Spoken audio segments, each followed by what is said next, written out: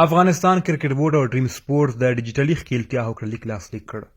افغانستان کرکټ بورډ او ډریم سپورټس شرکت له اوږدې مذاکراتي پروسې وروسته د مالي همکارۍ او ملګرتیا تړون لاسلیک کړ چې پر بنسټ به یې افغانستان کرکټ بورډ ته د یاد شرکت له لورې د 15 کلونو په موده کې $3.40 میلیون ورکول کیږي او دغه راز به د کارکوونکو د ټوکنو یا NFT او عمومي عوایدو له لارې هم 10 سلنه ګټه افغان کرکټ بورډ ته ورکوي. ډریم سپورټس د نړۍ تر ټولو لوی خیالي سپورټي پلیټ فارم یا بڼه ده چې یاد شرکت له 120 میلیونه ډیر کارکوونکي لري چې پکې خیالي کرکټ، فوټبال، کبډي، باسکټبال، هاکي، والیبال، هینډبال، رګبي، فوټسال، امریکایي فوټبال او بیسبال نړیوال لوبې کیږي. ډریم 11 یا ډریم 11 د ډریم سپورټس تر ټولو لوی برانډ دی چې د هند له ډیرو نورو ملي او نړیوالو سپورټي ادارو او لوبغاړو سره هم ملګرتیا لري. باید وویل شي ډریم سپورټس په هند کې د سپورټي ټکنالوژۍ تر ټولو مخکښ شرکت دی چې د ډریم ایکس، فانکوټ، ډریم 11، ډریم سیټ ګو او ډریم پی په څیر ستر برانډونه یې تر چتر لاندې کار او فعالیت کوي.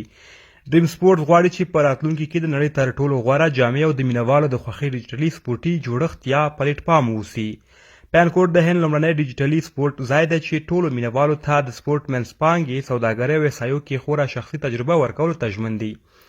د ډریم سپورټس فاونډیشن DSF د ډریم سپورټونو خیریه څانګه ده. دا موخه په هند کې د سپورټ په وده مثبت اغیزه کوي او همدارنګه مستحق اشخاصو، ټولنو، ادارو یا سازمانونو ته چې د سپورټ پراختیا او په هیواد کې د سپورټ اکوسیستم لپاره کار کوي د دوامدارې ودې او هڅونه کوي. د تړون عمومي مشخص شوي شرایط: لومړی، د تړون موده 15 کاله د 2022 میلادي کال اکتوبر څخه تر 2020 میلادي کال دسمبر پورې ده. دویم، د ډریم سپورټ د ټولو حقوقو ګډ ارزښت $3.40 میلیون دی چې کرکټ بورډ ته به ورکول کیږي. دریم، دغه راز به دغه قرارداد له مخې افغانستان کرکټ بورډ ته د کلني عاید له لارې هم 10 سلنه، همدارنګه د NFT او مینوالو د ټوکنو له پلور څخه هم 10 سلنه عواید کرکټ بورډ ته ورکول کیږي.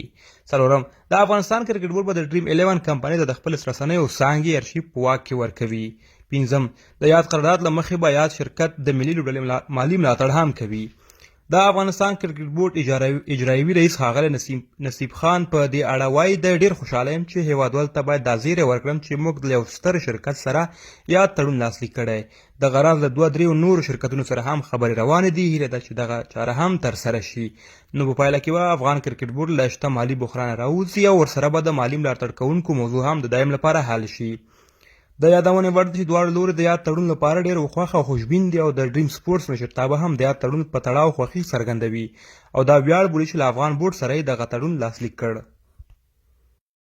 د یادونې وړ ده چې افغان کرکټ بورډ د څو کلونو راهیسې په همدې هڅه کې و چې د افغان کرکټ بورډ لپاره مالي ملاتړ پیدا کړي، خو دغه هڅه کامیابه او د ډریم سپورټس 11 ته وسپارل شوه چې د 15 کلونو لپاره به د افغانستان کرکټ بورډ مالي ملاتړ کوي.